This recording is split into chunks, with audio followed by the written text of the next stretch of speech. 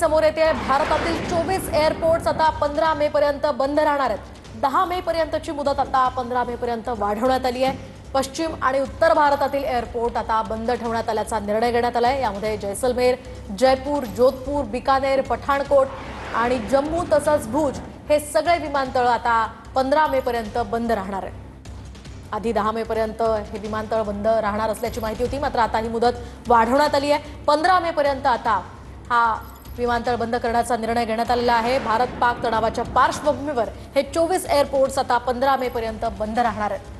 10 मे पर्यंतची मुदत आता ही 15 मे पर्यंत वाढवण्यात आली आहे। त्यामुळे या ठिकाणी जम्मू, भुज यासह जोधपूर, जैसलमेर, बिकानेर हे सगळे जे विमानतळ आहेत ते आता 15 मे पर्यंत बंद असतील।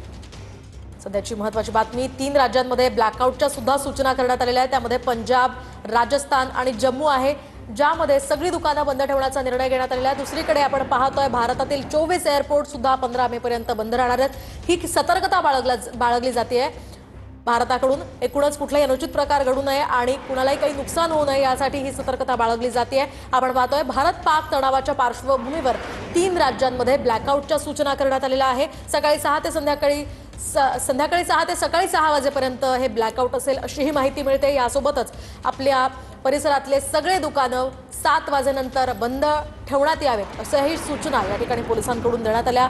वारंवार या ठिकाणी सायरन वाजेल, कुठलाही अनुचित प्रकार जर या ठिकाणी घडणार असेल तर सायरन वाजेल अशाही सूचना या ठिकाणी देण्यात आलेल्या आहेत। दुसरीकडे विमानतळ सुद्धा 15 मे पर्यंत बंद राहतील असं कळतंय।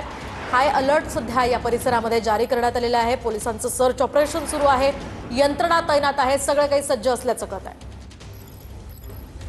बॉर्डर इलाके के जितने भी जो जिले हैं वहाँ पर जो है एहतियात के तौर पर जो है ये ब्लैकआउट जो रखा गया है, ये ब्लैकआउट बहुत महत्वपूर्ण माना जा रहा है, क्योंकि कल की जो घटना हुई थी उस घटना के बाद में यही हुआ था कि जैसे ही ब्लैकआउट हुआ उसके 2 से 4 मिनट के बाद में हैवी शेलिंग जो है पाकिस्तान की तरफ से जो है शुरू हो गई। और उसके बाद में जो है तमाम जो बॉर्डर के जिले हैं वहाँ के रहने वालों के अंदर एक तरह से जो पैनिक की सिचुएशन हो गई।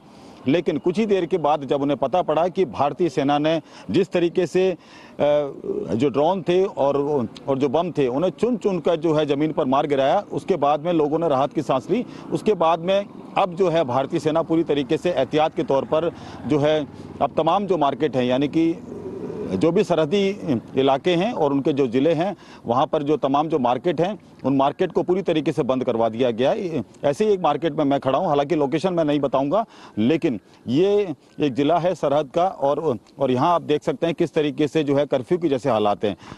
कुछ तस्वीरें मैं दिखाना चाहूँगा आपको कि यहाँ देखिए, ये जो दुकानें हैं ये दुकानें प्रशासन ने बंद नहीं कराई हैं, इन्होंने अपनी इच्छा से बंद की है। यानी कि देश हित में और सुरक्षा की दृष्टि से इन्होंने पूरी तरीके से जो है सेना की बात मानते हुए और ये दुकानें अपने आप बंद कर दी गई हैं।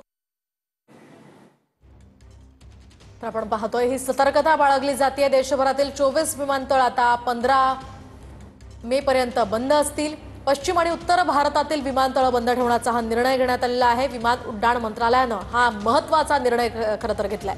दुसरीकडे पंजाब यासह जम्मू आणि राजस्थानमध्ये सुद्धा अलर्ट जारी करण्यात आलेला आहे। त्या ठिकाणी ब्लॅकआउटच्या सूचना करण्यात आलेल्या आहे। संध्याकाळी 7 नंतर सगळी दुकानं या ठिकाणची बंद असतील अशी ही माहिती आहे आणि त्यानुसार आता इथे सगळी दुकानं बंद दिसतात।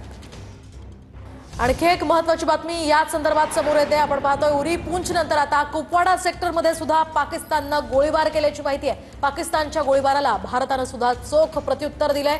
सध्याची मोठी बातमी आपण पाहतोय, तर उरी पूंछ नंतर आता कुपवाडा सेक्टरमध्ये पाकिस्तानकडून गोळीबार करण्यात आला। 2 तोफ गोळे सुद्धा या ठिकाणी पाकिस्ताननं डागल्याची माहिती आहे। आधी उरीमध्ये, त्यानंतर पूंछमध्ये आणि आता कुपवाडा सेक्टरमध्ये सुद्धा पाकच्या या कुरापती सुरूच आहे। गोळीबार केला जातोय।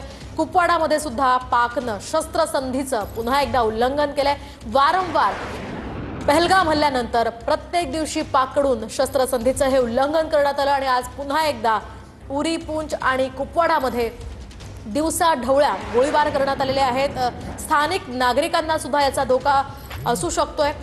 उरीची व्हिज्युअल सध्या आपण पाहतोय। उरीमध्ये दिवसा ढवळ्या गोळीबाराचा हा प्रयत्न करण्यात आलेला होता। दरम्यान या ठिकाणी स्थानिक नागरिकांना हा व्हिडिओ शूट केलेला आहे। अगदी दिवसा सुद्धा पाकच्या या कुरापती सुरूच असल्याचं आपण पाहतोय आणि त्याला भारतीय सैन्यानं सुद्धा चोख प्रत्युत्तर दिलंय।